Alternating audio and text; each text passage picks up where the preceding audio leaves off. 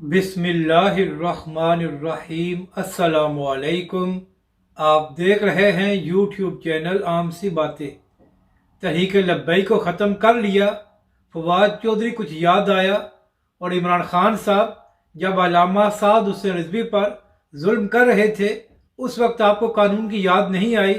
इस वीडियो में हम इसी के मुतालिक बात करेंगे। नाज़रीन करम, जब 2019 में अल्लामा खादिम हुसैन रिजवी अलैहिर्रहमा को गिरफ्तार किया गया तो फवाद चौधरी साहब ने बड़े फ़ख्र के साथ एक प्रेस कॉन्फ्रेंस की थी और उसमें फरमा रहे थे कि हमने अल्लामा खादिम हुसैन रिजवी को गिरफ्तार कर लिया है और उनके खिलाफ दहशतगर्दी का मुकदमा भी दर्ज हो गया है।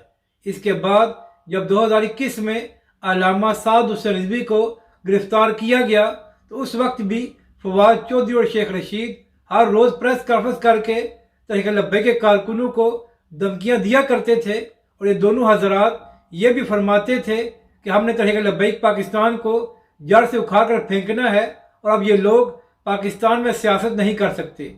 नाज़रीन कराम, इमरान खान और उसकी हुकूमत तहरीक लब्बैक पाकिस्तान को तो ख़त्म नहीं कर सकी मगर उनकी अपनी हुकूमतें ख़त्म हो गई हैं। ना सिर्फ इनकी हुकूमतें ख़त्म हुई हैं बल्कि इनके खिलाफ मकाफात अमल भी शुरू हो गया है। तो नाज़रीन कराम, इसी हवाले से कल रात के फवाद चौधरी साहब को गिरफ्तार कर लिया गया था। तो इसी हवाले से पीटीआई के कुछ लोगों ने प्रोटेस्ट करने की कोशिश की मगर पुलिस ने लाठी चार्ज करके उन सब को भगा दिया।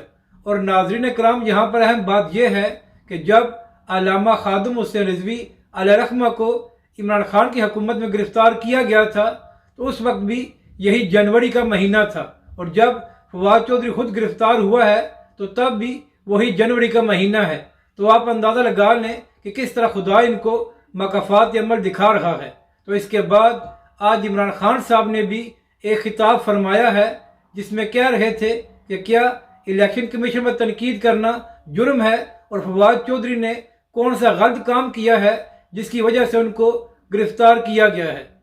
तो इमरान खान साहब, जब आपकी हुकूमत में अल्लामा साद हुसैन रिजवी को गिरफ्तार किया गया था तो उस वक्त तहरीक लब्बैक या अल्लामा साद हुसैन रिजवी ने कौन सा जुर्म किया था और कौन सा कानून तोड़ा था जिसकी वजह से आपने तहरीक लब्बैक के सरबराह को गिरफ्तार किया। और इसके बाद 2 बार अदालत ने हुक्म दिया कि तहरीक लब्बैक के सरबराह को रिहा किया जाए मगर इमरान खान साहब, आपने तहरीक लब्बैक के सरबराह को रिहा नहीं होने दिया था।